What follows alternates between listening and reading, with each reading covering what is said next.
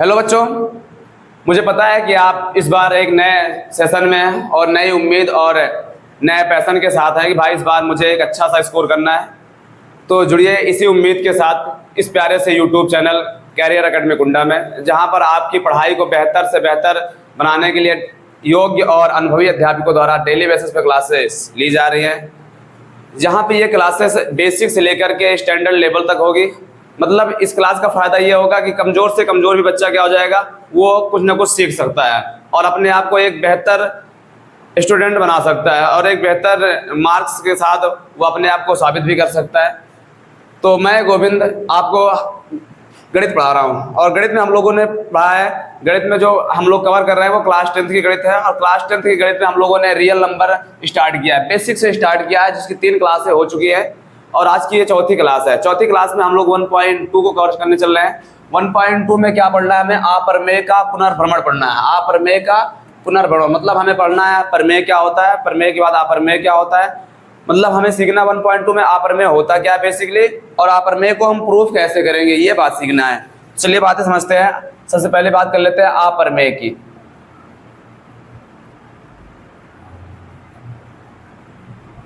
अपरमेय की बात करते हैं, जहां पे इरेशनल नंबर अपरमेय। अच्छा, ये अपरमेय क्या होता है? जब हम किसी भी संख्या को p बाई क्यू के फॉर्म में लिखते हैं, जहां पे q क्या होता है, डज नॉट इक्वल 0 होता है और p और q क्या होते हैं, वो इंटीजर नंबर होते हैं, तो उसे हम लोग कहते हैं परमेय। लेकिन अगर हम किसी भी नंबर को p बाई क्यू के फॉर्म में, p बाई क्यू के रूप में ना लिखा जा सके, जब किसी नंबर को p बाई क्यू के रूप में ना लिखा जा सके तो उसे हम लोग क्या कहते हैं? अपरमेय कहते हैं। जहां पे अगर हमसे पूछा जाए क्यों क्या होता है, तो क्यों जब भैया ये है, ये कभी 0 नहीं हो सकता। और दूसरी बात ये है, जो p और q है, p और q जो है ये क्या होता है, ये बिलोंग करते हैं, रिलेटेड करते होते हैं किससे? इंटीजर से। इंटीजर का मतलब यहाँ पूर्णांक से बात हो जाएगी। इसका मतलब p और q क्या होते हैं? पूर्णांक होते हैं और जो q होता है वो 0 नहीं होता है। दूसरी बात है, इसके एग्जाम्पल समझा जाए तो इसके जैसे एग्जाम्पल होते हैं, हमने कहा भैया जिसको हम p बाई क्यू के फॉर्म में ना लिख पाए, और q तो 0 होगा ही नहीं, डिनोमिनेटर कभी भी 0 नहीं होता है। और p और q क्या होते हैं? ये इंटीजर होते हैं, पूर्णांक होते हैं। अगर ये पूर्णांक होते हैं तो समझते हैं है क्या? जैसे मैंने कहा, मान लो अगर √2 लिखा है, ये अपने आप में अपरमेय है। क्यों? क्योंकि √2 का हम लोग वर्गमूल निकालेंगे तो वर्गमूल इसका कभी भी फिक्स वैल्यू नहीं मिलता है। ये क्या होता है?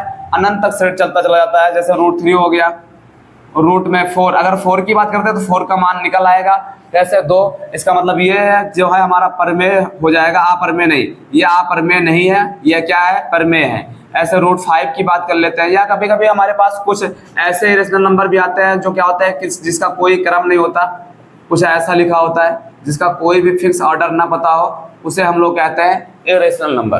तो ये इरेशनल नंबर हो गया। इसमें बेसिकली हमें एक परमेय भी पढ़ना है, थ्योरम। वो थ्योरम क्या आप सबको याद रखना है। वो थ्योरम हम जब सवाल को प्रूव करेंगे तो बीच में वो काम आता है, थोड़ा लिखने की बार आती है। तो समझते हैं थ्योरम होता क्या है। देखो भैया, थ्योरम की बात कर लेते हैं। मान लेते हैं कि मान लीजिए कि p जो है वो a स्क्वायर को, मान लीजिए कि p जो है वो a स्क्वायर को विभाजित करती है। p a स्क्वायर को विभाजित करती है। तो हमें ये भी पता है, तब यह भी कह सकते हैं, तब p a को भी क्या करेगी? a को भी विभाजित करेगी। मतलब क्या कहा हम लोगों ने एक थ्योरम पढ़ा, थ्योरम याद रखेंगे आप। मान लीजिए कि कोई नंबर है p है, जो क्या होगा? अपने आप में एक पूर्णांक नंबर होगा, और ये जो p है ये a स्क्वायर को क्या कर रहा है? विभाजित, मतलब काट रहा है। मतलब ये कह सकते हैं फिर तो a स्क्वायर, अगर p a स्क्वायर को काट रहा है, इसका मतलब a स्क्वायर का गुणनखंड हो गया p। अगर ये बात है तो p a को भी क्या करेगा? विभाजित करेगा। यानी p a को भी क्या करेगा? विभाजित करेगा। जहां अगर हमसे विभाजित करेगा, अगर जहां हमसे p के बारे में पूछा जाए तो जो p होगा ये z प्लस, इसका मतलब धनात्मक पूर्णांक हो जाएगा। z प्लस का मतलब हो जाएगा धनात्मक पूर्णांक हो जाएगा ये। तो ये लाइन आपको याद रखना है। ये लाइन याद रखने के साथ साथ एक बात और याद रखते हैं हम लोग, अगर अपरमेय संख्या है तो अपरमेय के साथ अगर हम परमेय को जोड़ते या घटाते हैं तो वो अपरमेय भी हो सकता है और परमेय भी हो सकता है। ये निर्भर करता है कि वो क्वेश्चन कैसा है। हो सकता है क्वेश्चन में कुछ ऐसे भी मान लिखे होते हैं जो कट जाते हैं। पिछले वाले क्लासों में हम लोगों ने पढ़ा, क्लास 9 में पढ़ा था हम लोगों ने, कुछ ऐसा सवाल लिखा था 3 प्लस रूट में 23 लिखा था और माइनस में रूट 23 था, कुछ ऐसा लिखा था। तो यहाँ पे देखो ये दोनों क्या हो जा रहा है, कट जा रहा है, इसका मतलब 3 क्या हो जाएगा, परमेय हो जाएगा। तो हम यही बता रहे हैं कि अगर कभी भी इरेशनल नंबर में, अपरमेय संख्या में अगर हमसे कह दिया जाए कि परमेय को जोड़ा जाए या अपरमेय को घटाया जाए तो क्या मिलेगा, परमेय मिलेगा कि अपरमेय। तो ये निर्भर करता है क्वेश्चन को देख करके बताएंगे कि वो अपरमेय होगा कि परमेय होगा। तो हम ये कह सकते हैं अभी क्वेश्चन नहीं पता तो हम परमेय और अपरमेय दोनों पर टिक मारेंगे। आगे बढ़ते हैं और आगे बढ़ने के बाद हम एक बात और समझते हैं इसमें। अपरमेय समझ लिया, अपरमेय में अच्छा अगर इसे मैं बाहर से कह दिया जाए गुणा या भाग कर तो क्या होगा, कोई भी नंबर लिखा हो अगर उसमें हम परमेय से गुणा भाग रहा है, मतलब अपरमेय है परमेय से गुणा भाग रहा है, या परमेय है अपरमेय से गुणा भाग रहा है, तो वो क्या हो सकता है, तो हम ये कह सकते हैं वो निर्भर ये करता है क्वेश्चन को देखने के बाद कि नंबर कट रहा है, सॉल्व हो सकता है नहीं, सॉल्व करने के बाद ही पता चलेगा कि वो परमेय है कि अपरमेय है। इसके अलावा अगर हमसे पाई का बात करता है तो पाई अपने आप में क्या हो, एक अपरमेय संख्या होती है। लेकिन अगर इसके वैल्यू की बात करते हैं, जो कि वैल्यू एग्जैक्ट वैल्यू नहीं है, इसको हम लोग मान लेते हैं पाई का ये एग्जैक्ट वैल्यू नहीं है, ये आप क्या होता है अपने आप में परमेय संख्या होती है। 22/7 क्या है, परमेय है, जबकि ये क्या है, अपरमेय है। अगर हमसे कभी पूछा जाए कि जीरो के बारे में आपका क्या ख्याल है तो हम बता सकते हैं जीरो क्या है, अपने आप में एक परमेय संख्या होती है। क्यों, जीरो के अपान में 1 लगा सकते हैं, तो ये अपने आप में क्या है, एक परमेय संख्या है।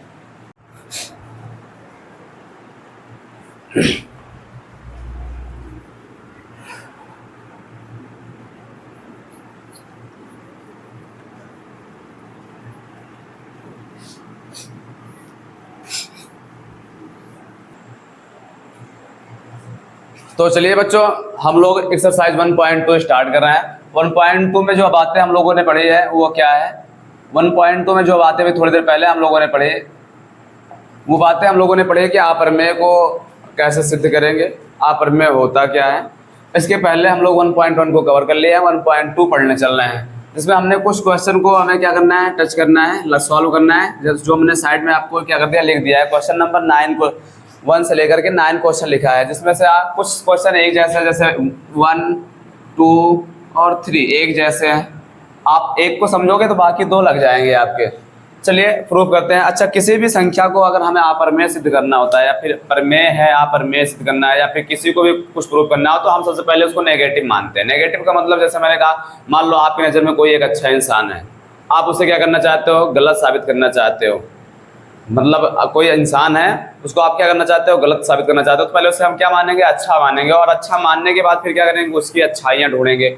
और अगर अच्छाइयाँ मिल गई तो इसका मतलब वो सही में अच्छा इंसान है। अगर अच्छाइयाँ नहीं मिली तो फिर हम कह देंगे ये इंसान क्या है, गलत है। मतलब जो व्यक्ति को हम मान रहे हैं, मान कर उसमें ढूंढते हैं, अगर वो ढूंढने के बाद भी नहीं मिल रहा है तो इसका मतलब हम लोग क्या कर रहे हैं, नेगेटिव बातें मान लिए, अपोजिट मान लिए। जो हमने माना वो है नहीं, इसका मतलब क्या, हमने जो कथन माना वो हमारा क्या है, विरोधाभास हो गया। अगर विरोधाभास हो गया इसका मतलब जो मानना था वो हमने गलत मान लिया। तो वह कुछ ऐसा ही इसमें अभी हम प्रयोग करने चल रहे हैं। जैसे हमसे कहा गया सिद्ध कीजिए कि √2 क्या है, एक अपरमेय संख्या है, तो अपरमेय से पहले हम मान चलते हैं कि √2 क्या है, परमेय है।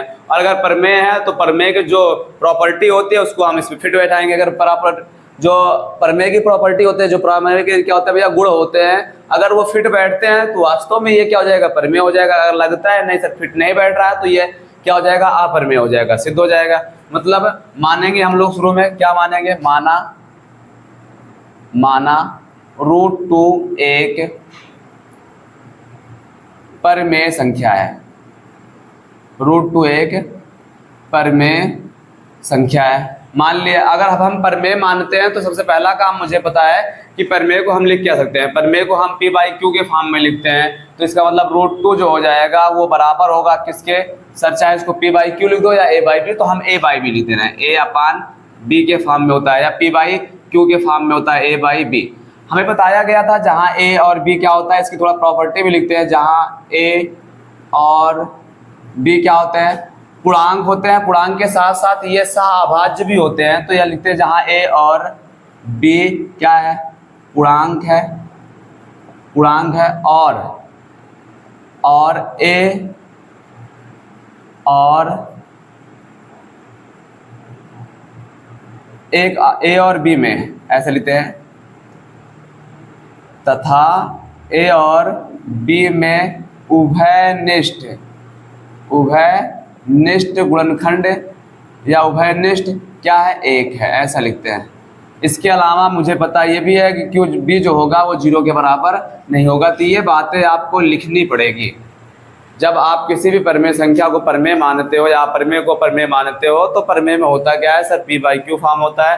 पी बाई क्यू ना कह के हम लोग इसको ए बाई क्यू कह रहे हैं, तो जहाँ ए और बी क्या होते हैं बताना पड़ेगा। ए और बी क्यू पूर्णांक होते हैं। पूर्णांक के साथ साथ हमें ये मान चलते हैं कि ये सह अभाज्य होंगे। सह अभाज्य का मतलब होता है ये आपस में नहीं कटेंगे, और आपस में नहीं कटेंगे तो उनके बीच में कॉमन क्या हो जाएगा, एक हो जाएगा। इसलिए यही बातें मैंने यहाँ लिख दी है। आप इसको थोड़ा शॉर्टकट में लिखना चाहोगे तो आप ऐसे लिखोगे, जहाँ ए और बी सह अभाज्य पूर्णांक है, मतलब वही बात हुई कि ए और बी में कुछ भी कॉमन नहीं है। लेकिन एक बात याद रखेंगे, ये जो नीचे वाला है बी, इसको आप कह रहे हो यहाँ पे, ये कभी भी 0 के बराबर नहीं हो पाएगा। ठीक है, चलिए फिर आगे बढ़ाते हैं क्वेश्चन को। अच्छा, आपने मान लिया है, अब इसको थोड़ा सॉल्व करने की बारी आती है। तो सॉल्व कैसे करेंगे, हम यहाँ कर देते हैं दोनों पक्षों का वर्ग। दोनों पक्षों का वर्ग करने पर,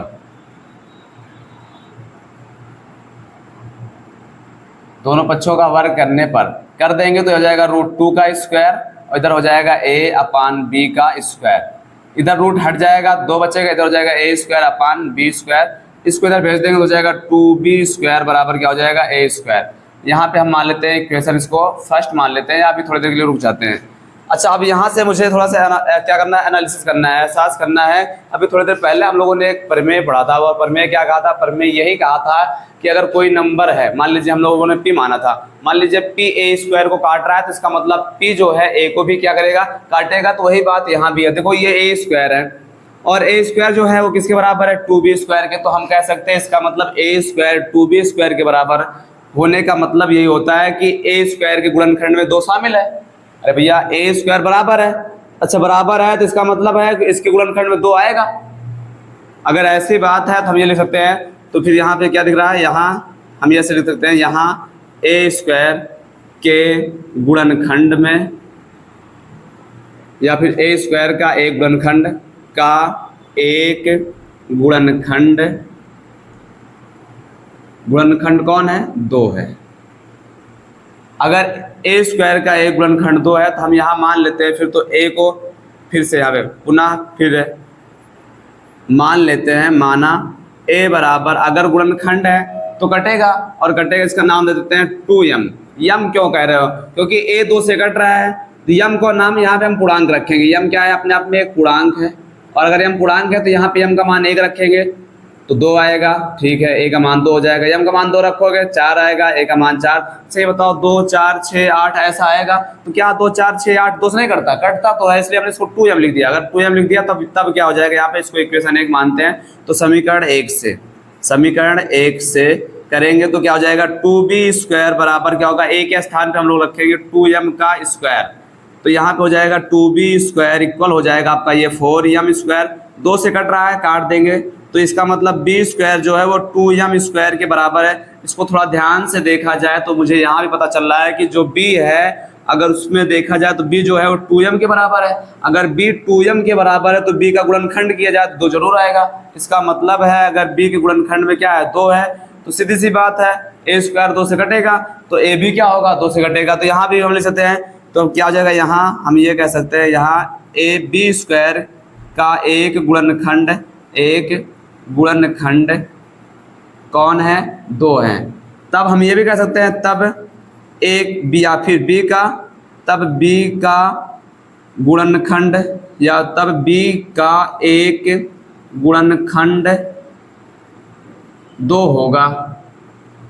तब ये भी कह सकते हैं b का एक गुणनखंड 2 होगा, मतलब b स्क्वायर का गुणनखंड है तो b का भी होगा गुणनखंड। अगर ऐसी बात है तो हम b को लिख सकते हैं, तब हम b को क्या लिख सकते हैं, b बराबर यहाँ पे लिख सकते हैं 2। यहाँ पे हो जाएगा हमारे पास, मान लीजिए इसको यम मान लेते, इसको यन मान लेते हैं, जहाँ यन का मतलब भी क्या है, पूर्णांक है। यन का मतलब क्या हो जाएगा, पूर्णांक, जहाँ यन क्या है, पूर्णांक है। अगर ऐसी बात है तो एक बात कॉमन हो गई, a भी क्या है 2m है और b भी क्या है 2m है। तो यहाँ हम ये देख रहे हैं, यहाँ ये देखा जा रहा है कि a और b में क्या हो जाएगा, उभयनिष्ठ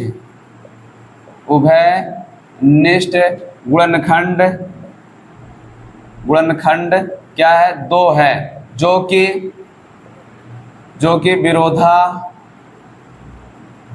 विरोधाभास प्राप्त होता है। विरोधाभास प्राप्त होने का मतलब होता है, विरोधाभास प्राप्त होता है मतलब हम लोग शुरू में मान के चले थे कि इनमें कुछ भी कॉमन नहीं है, लेकिन लास्ट आते आते मुझे पता चला कि दोनों में क्या है, दो कॉमन है। अगर दो कॉमन है तब हम कह सकते हैं विरोधाभास हो गया। विरोधाभास का मतलब हो गया कि हमने कथन को क्या कर लिया, गलत मान लिया। इसलिए कह देंगे कि रूट जो 2 है वो क्या, एक परमेय नहीं, क्या है वो, एक अपरमेय संख्या है। बात समझ में आई? अगर आई तो ठीक है, नहीं आई तो कोई बात नहीं, हम आगे फिर से समझते हैं। एक बार फिर समझिए, मैंने कहा रूट 2 को अपरमेय सिद्ध करना है।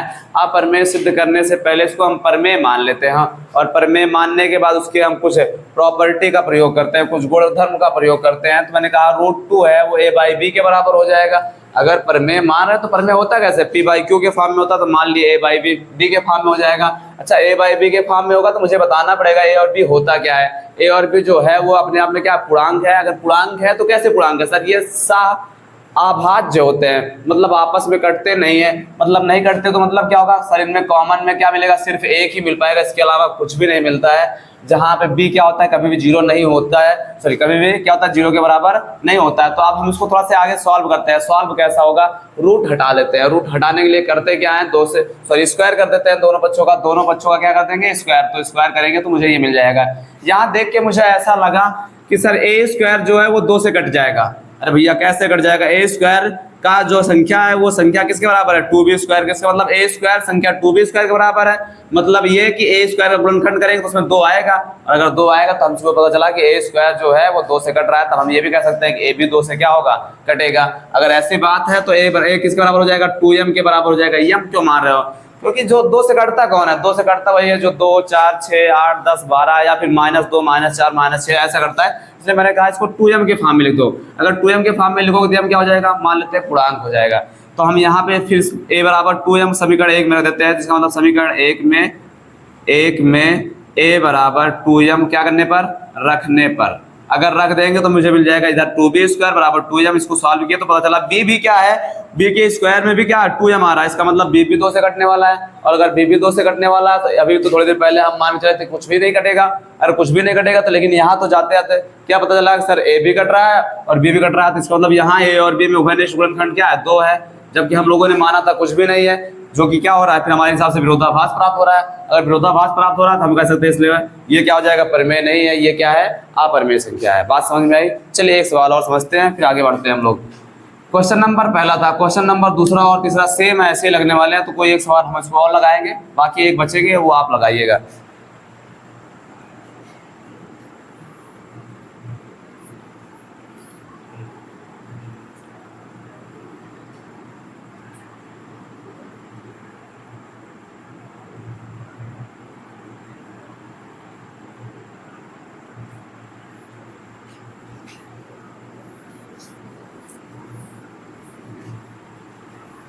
चलिए हम बात करते हैं फिर क्वेश्चन नंबर 3 या फिर 2। तो बात कर लेते हैं 2 की। क्वेश्चन नंबर जो 2 हमारे पास है उसमें कहा है √5 को सिद्ध करना है अपरमेय। तो हम सबसे पहले क्या मानेंगे, मान लेते हैं, माना √5 एक परमेय संख्या है।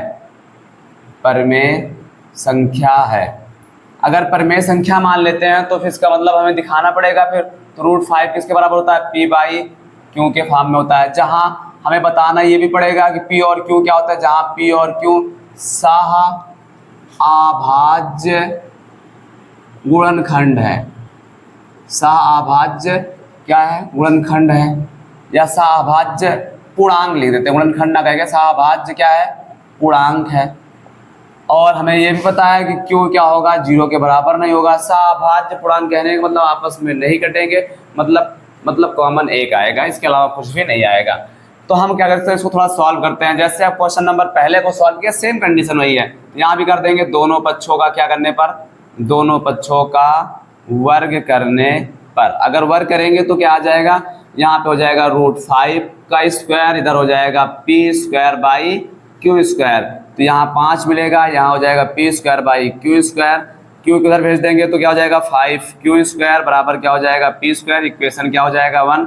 यहाँ ये पता चल रहा है कि p² जो है वो 5q² के बराबर है। इसका मतलब p² 5 से कटेगा, क्यों, क्योंकि p² 5q के बराबर है। तो यहाँ पे लिख सकते हैं, यहाँ पे चूंकि पी स्क्वायर 5 से क्या है, विभाज्य है, विभाज्य है, तब P भी 5 से क्या होगा, तब P भी 5 से भाज्य होगा, भाज्य होगा। अब कोई 5 से कटता है तो इसका मतलब वो 5 के टेबल में आएगा। अगर 5 से टेबल में आएगा तब हम ये कह सकते हैं फिर तो P जो है वो 5 यम के बराबर हो जाएगा, जहाँ यम क्या है, पूर्णांक है। यम क्या है, पूर्णांक। यम क्यों मान लेते हो सर आप, या यम इसलिए मानते हैं कि वो 5 का टेबल बन जाए। जैसे मैंने कहा यम का मान लो अगर 1 रखोगे तो 5 का नम 5, 2 रखोगे तो 5 दूना 10, 3 रखोगे तो 5 तियां 15, 4 रखोगे तो 5 चौक क्या हो जाएगा, 20 हो जाएगा। ठीक है, ऐसे। तब इसका मतलब ये हमें मिल गया। अगर ये ऐसी बात है तो समीकरण 1 में मान रखते हैं। समीकरण 1 से, अगर समीकरण 1 से देखा जाए तो 5q² बराबर हो जाएगा, पी के स्थान पे कितना रखेंगे 5m, तो 5m का स्क्वायर कर देंगे तो ये हो जाएगा 5q² बराबर 25m²। 5 से कट जाएगा 5 बार में, तो क्या मिला यहाँ से मुझे मिल गया यहाँ से भैया ये q² बराबर m² और वो भी 5 में, तो ये कह सकते हैं 5m²। अब इसको थोड़ा ध्यान से देखा जाए तो पता चल रहा है कि q² जो 5m² के बराबर है, इसका मतलब इसका मान इसके बराबर, तो इसका मतलब इस मान में 5 आया, अगर 5 आएगा और 5 आएगा तो वो 5 से क्या हो जाएगा, कट जाएगा। तब यहाँ लिख देंगे, यहाँ q² 5 से क्या है, भाज्य है, तब q भी क्या होगा, q भी 5 से भाज्य होगा। q भी क्या होगा, 5 से भाज्य होगा, तो q बराबर हम लिख सकते हैं यहाँ पे 5n, जहाँ n क्या होगा, पूर्णांक होगा। n क्या होगा, पूर्णांक। ये बातें पता चल गई। अब हम यहाँ देख रहे हैं कि सर p में भी क्या आ रहा है, 5 आ रहा है, और q में भी क्या 5 आ रहा है, तो यहाँ लिख देते हैं, यहाँ यह निष्कर्ष निकलता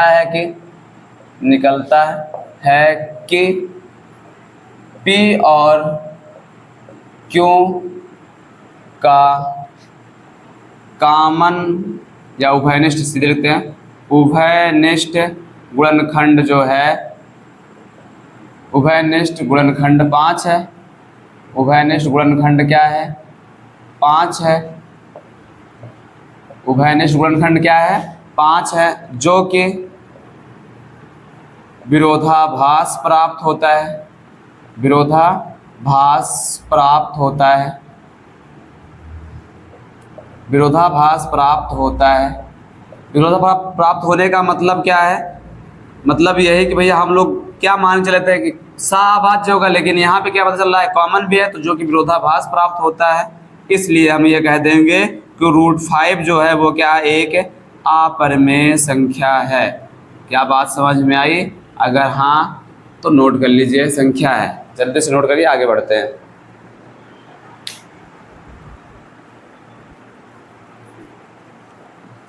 चलिए तो फिर अगला क्वेश्चन हम देखते हैं। अगला क्वेश्चन हमारे पास क्या है, हमने पहला क्वेश्चन कवर कर लिया, दूसरा हो गया, तीसरा हो गया। अच्छा, पहला दूसरा तो बताएं, तीसरा नहीं बताएं, ये आपका SW है। जैसे मैंने पहला और दूसरा सॉल्व किया वैसे आप तीसरा भी सॉल्व करोगे। क्वेश्चन नंबर 4 पे आ जाते हैं। तो क्वेश्चन नंबर 4 जो आपका वो क्या कहा गया है, इसमें कहा गया है कि सिद्ध कीजिए कि 3√2 एक अपरिमेय संख्या है। तो हम भी इसको मानेंगे शुरू से ही, क्या 3√2 एक परिमेय संख्या है। एक क्या है, परिमेय संख्या है। और अगर ये परिमेय संख्या है तो इसका मतलब 3√2 क्या होगा, ये बराबर होगा P/Q के। आगे ये बताना पड़ेगा, जहाँ P और Q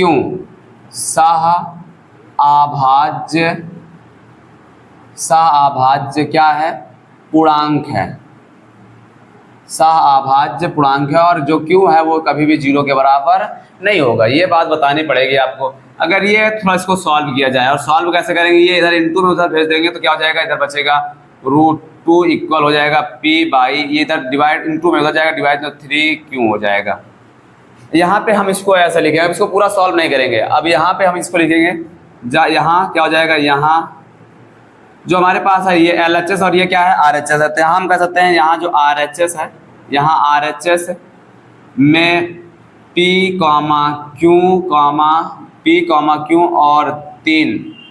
और 3 क्या है, पूर्णांक है। 3 क्या है, पूर्णांक हैं, इसलिए RHS एक क्या होगा, एक परिमेय संख्या होगी, एक परिमेय संख्या होगी। ये आपको लिखना होगा हर सवाल में, परिमेय संख्या होगी। तब हम ये कह सकते हैं, तब अगर ये परिमेय है तो परिमेय के बराबर जो लिखते हैं वो भी परिमेय होगा। तब √2 भी एक परिमेय संख्या होनी चाहिए, जो कि क्या है, तथ्य या कथन, जो कि तथ्य या फिर कथन, जो कि तथ्य सत्य नहीं है, क्योंकि √2 एक अपरिमेय संख्या होती है, अपरिमेय संख्या है। और अगर अपरिमेय संख्या है तो इसका मतलब तब हम ये कह सकते हैं, इसलिए 3√2 एक अपरिमेय संख्या होगा, एक अपरिमेय संख्या होगी। ये हो जाएगा आपका आंसर। ऐसे ही आपको लिख के प्रूव कर देना है। ये छोटा हो सकता है, नेक्स्ट वाले क्वेश्चन में समझते हैं कि छोटा कैसे कर सकते हैं। चलिए नोट करिए, जल्दी से आगे बढ़ते हैं हम लोग क्वेश्चन नंबर 5 की तरफ।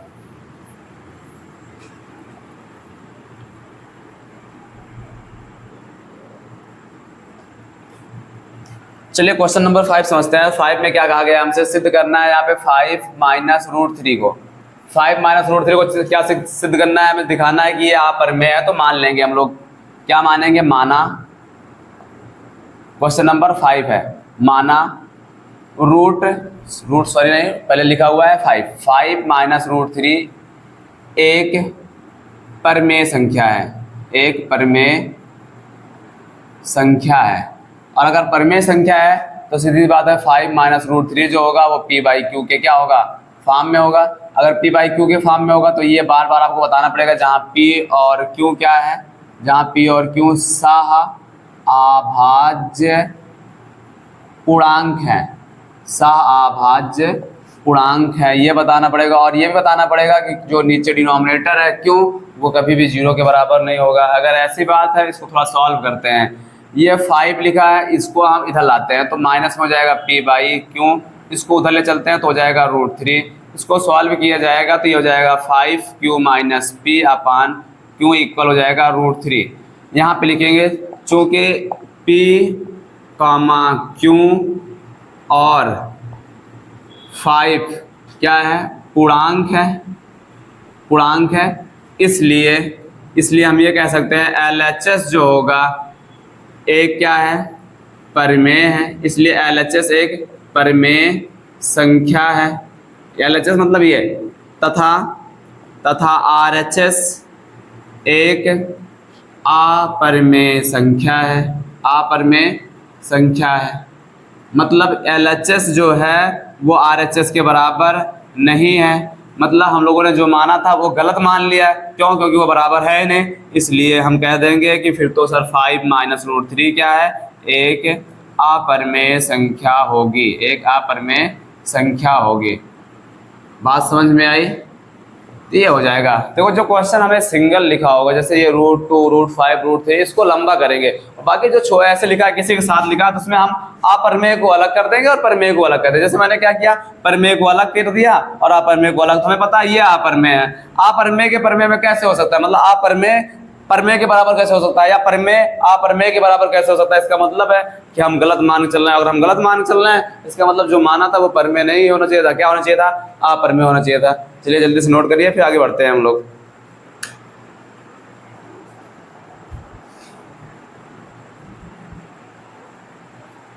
तो क्वेश्चन नंबर 5 तक हम लोग सॉल्व कर लिए हैं। क्वेश्चन नंबर 6 की बारी है। तो क्वेश्चन नंबर 6 को समझते हैं क्या कहा है। 6 में कहा गया है, सिद्ध कीजिए कि √5 - √3 एक अपरिमेय संख्या है। मतलब हमें भी इसे भी क्या करना है, अपरिमेय सिद्ध करना है। तो यहाँ लिखते हैं √5, तो हम मान लेते हैं माना √5 - √3 एक अपरिमेय संख्या है, एक अपरिमेय संख्या है। और अगर अपरिमेय नहीं मानेंगे, अपरिमेय तो हमें सिद्ध करना ही है, तो मान लेंगे परिमेय। माना √5 माइनस √3 एक क्या है, परमेय है।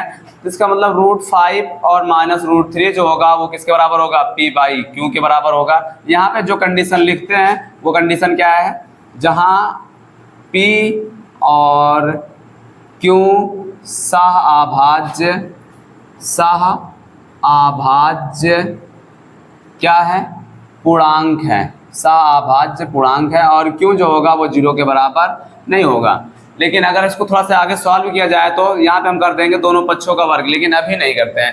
एक पक्ष को उधर ले चलते हैं तो यहाँ हो जाएगा √5 बराबर, जब दोनों संख्याओं पर क्या हो, दोनों संख्याओं पर रूट लगाओ तो एक को हम इनको अलग अलग बांट देंगे, एक को इधर रखेंगे बाएं पक्ष में, एक को दाएं पक्ष में, तो हो जाएगा P/Q माइनस √3 है तो प्लस में हो जाएगा √3। अब कर देते हैं दोनों पक्षों का वर्ग, दोनों पक्षों का वर्ग करने पर अगर दोनों पक्षों का वर्ग किया जाएगा तो इधर हो जाएगा √5 का स्क्वायर, इधर हो जाएगा P/Q प्लस √3 का स्क्वायर।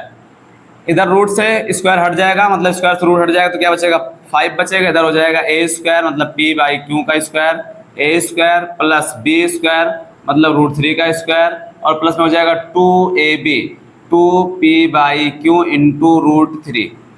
तो यहाँ पे जो मुझे मिलने वाला है वो 5, ये प्लस रूट स्क्वायर से रूट हटेगा, बचेगा 3, इसको इधर लाएंगे तो माइनस का हो जाएगा, बराबर में क्या बचा, P² आगे बचा है 2P/Q इंटू √3।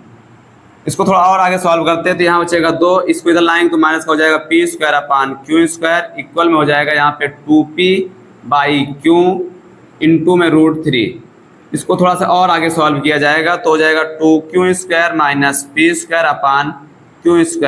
इसको इधर लाएंगे तो ये भी माइनस हो जाएगा 2P/Q बराबर में क्या हो जाएगा √3। इसको चाहे तो और सॉल्व कर लो, यह मुझे दिख रहा है अगर हम P और Q को पूर्णांक कहते हैं तो सीधी सी बात है ये परमेय बन जाएगा और ये क्या हो जाएगा, अपरमेय हो जाएगा। यहाँ पे लिखते हैं चूंकि P और Q क्या है, परमेय संख्या है, सॉरी परमेय नहीं पूर्णांक, P और Q क्या है, पूर्णांक संख्याएं हैं, पूर्णांक संख्याएं हैं। अगर P और Q क्या है, पूर्णांक संख्याएं हैं, तब हम ये कह सकते हैं कि LHS जो है वो क्या है, LHS परमेय होगा। LHS क्या होगा, परमेय। जबकि हम देख ही रहे हैं कि RHS जो है वो क्या है, अपरमेय है, अपरमेय। इसका मतलब ये हुआ कि LHS जो है वो बराबर नहीं है किसके, RHS के। और अगर ऐसी बात है तो इसका मतलब हम कह सकते हैं, इसलिए ये क्या हो जाएगा, √5 माइनस √3 एक परमेय ना होकर के क्या हो जाएगा, अपरमेय संख्या होगी, अपरमेय संख्या होगी। यह बात समझ में आई? अगर ये बात समझ में आई तो जल्दी से नोट करिए। इसके बाद हम समझते हैं क्वेश्चन नंबर 7 क्या है।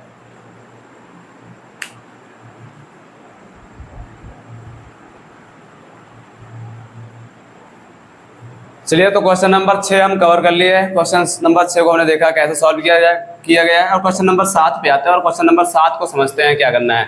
7 में भी कहा गया है सिद्ध कीजिए कि 4 माइनस 3 √2 एक अपरमेय संख्या है। इसका मतलब हम इसको भी मानेंगे, माना 4 माइनस क्या हो जाएगा 3 √2 एक क्या होगा, परमेय संख्या है, एक परमेय संख्या है। अगर ये एक परमेय संख्या है तो सीधी सी बात है 4 माइनस 3 √2 जो है वो बराबर होगा P/Q के, जहाँ P और Q क्या है, जहाँ P और Q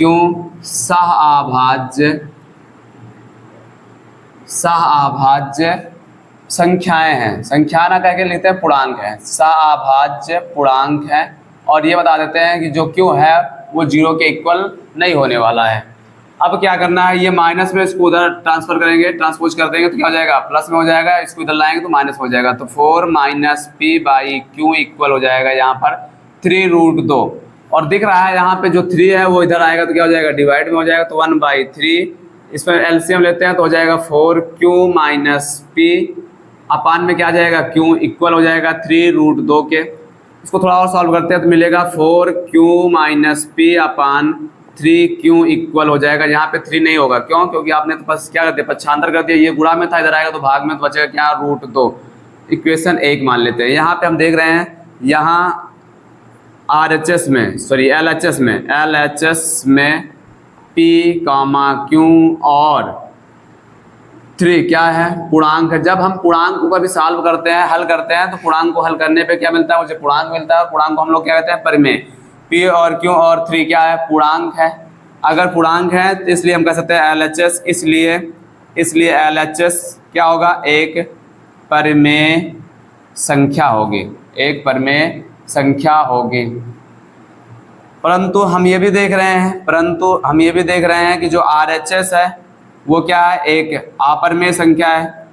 एक तरफ परिमेय आ रहा है और एक तरफ क्या आ रहा है, अपरिमेय आ रहा है। इसका मतलब जो हम मान चले हैं वो क्या मान चले हैं, गलत मान चले हैं। तो इसका मतलब यह विरोधाभास कथन से प्राप्त होता है कि हम क्या बता देंगे, इसलिए क्या हो जाएगा फिर तो 4 - 3√2 एक क्या हो जाएगा, अपरिमेय संख्या होगी, अपरिमेय संख्या होगी। ऐसा ही हर क्वेश्चन को सॉल्व कर रहे हैं, तो चीज़ें समझ में आपको आई होगी। अगर चीज़ें समझ में आ रही हैं तो वीडियो को लाइक ज़रूर करिएगा और चैनल को सब्सक्राइब करना नहीं भूलिएगा। जल्दी से नोट करिए।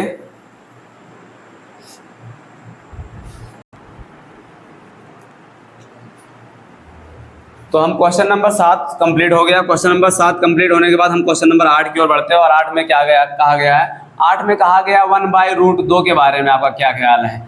आप ये बताओ, √2 परिमेय है कि अपरिमेय। हालांकि यहाँ तो सिद्ध करने के लिए कहा गया अपरिमेय है, तो सिद्ध कर लेते हैं हम लोग। माना 1/√2 क्या है, एक परिमेय संख्या है, एक परिमेय संख्या है। अगर ये एक परिमेय संख्या है, इसका मतलब 1/√2 जो होगा वो P/Q के क्या होगा, बराबर होगा। जहाँ आपको पता है P और Q क्या होते हैं, जहाँ P और Q सह पूर्णांक हैं और जो Q है वो 0 के बराबर नहीं होने वाला है।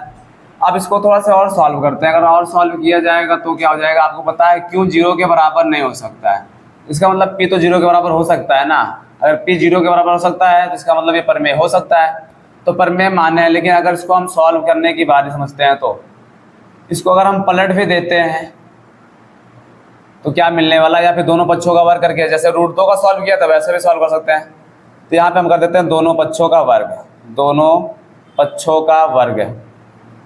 अगर दोनों पक्षों का वर्ग कर देंगे तो 1/√2 है का स्क्वायर, इधर क्या हो जाएगा P/Q का स्क्वायर, P हो जाएगा 1/2 बराबर क्या हो जाएगा P²/Q²। तो हम कह सकते हैं जो Q स्क्वायर है वो 2P² के क्या है, बराबर है। अर्थात ये हम कह सकते हैं जो Q है उसका स्क्वायर 2P² के बराबर। इसका मतलब Q² में 2 आएगा, क्यों, क्योंकि सवाल में ये इसके बराबर है। अगर इसका हम गुणनखंड करेंगे इसमें 2 जरूर आएगा। इसका गुणनखंड होने का मतलब है Q का गुणनखंड हो रहा है, तब ये कह सकते हैं कि यहाँ जो है, यहाँ Q² 2 से क्या है, भाज्य है। यहाँ Q² 2 से क्या है, भाज्य है। तब हम ये भी कह सकते हैं तब Q भी 2 से भाज्य होगा, 2 से भाज्य होगा। अगर ऐसी बात है तो हम Q को लिख सकते हैं क्या, 2m के फॉर्म में, जहाँ हम बता देंगे m क्या है, जहाँ m पूर्णांक है। और अगर m पूर्णांक है तो समीकरण 1 में चलते हैं और वहाँ रख देते हैं। समीकरण 1 से क्या रखेंगे, Q के स्थान पे 2m, तो 2m का हो जाएगा स्क्वायर बराबर 2P² है। इसको थोड़ा सा और सॉल्व करेंगे तो पता चलेगा, यहाँ से हमें 4m² बराबर हो रहा है किसके, 2P² के। 2 से 2 क्या हो रहा है, कट जाएगा, लेकिन हमें बात पता चलेगी P² जो है वो 2m² के क्या बराबर है। अगर ऐसी बात है तो यहाँ पे हमें ये देखने को मिल रहा है कि P² भी क्या है, P² 2 से भाज्य है। और अगर P² 2 से भाज्य है तो हम ये भी कह सकते हैं तो P भी 2 से क्या होगा, भाज्य होगा, भाज्य होगा। अर्थात हम लोगों ने शुरू में क्या माना है, शुरू में हम लोगों ने ये माना है कि ये सहभाज्य आपस में कटेंगे नहीं, लेकिन यहाँ पे क्या मान दिख रहा है, ये दोनों आपस में क्या हो रहे हैं, कट जा रहे हैं। तो यहाँ लिख देंगे यह, या फिर लिख देंगे यहाँ पे चूंकि यह विरोधाभास, या फिर यहाँ ऐसे लिखते हैं, यहाँ क्या हो जाएगा P और Q में जो कॉमन है, कॉमन क्या है, 2 है। जबकि उपरोक्त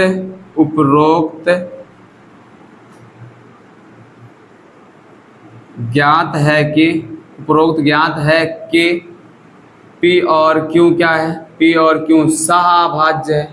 क्या है, साभाज्य मतलब आपको अपने लैंग्वेज में लिख के एग्जाम्पल को समझाना है। उपरोक्त ज्ञात है कि पी और क्यू क्या है, साभाज्य है। इसका मतलब यह हमारी क्या हो रहा है, यह हमारी विरोधाभास त्रुटि कल्पना से हुआ है। विरोधाभास त्रुटिपूर्ण कल्पना से हुआ है। मतलब कल्पना से हुआ है मतलब यही है कि हम लोग गलत मान चल रहे हैं। अगर गलत मान चल रहे हैं तो हम कह सकते हैं इसलिए फिर क्या हो जाएगा, 1/√2 क्या है, एक अपरिमेय संख्या होगी। ये हो जाएगा। और ऐसे ही आप क्वेश्चन नंबर 9 को भी सॉल्व कर लोगे। और इसी क्वेश्चन के साथ आपका ये जो 1.2 एक्सरसाइज है ये हो गया समाप्त। तो मिलते हैं 1.3 अगले लेक्चर में। तब तक के लिए आप सभी को जय हिंद।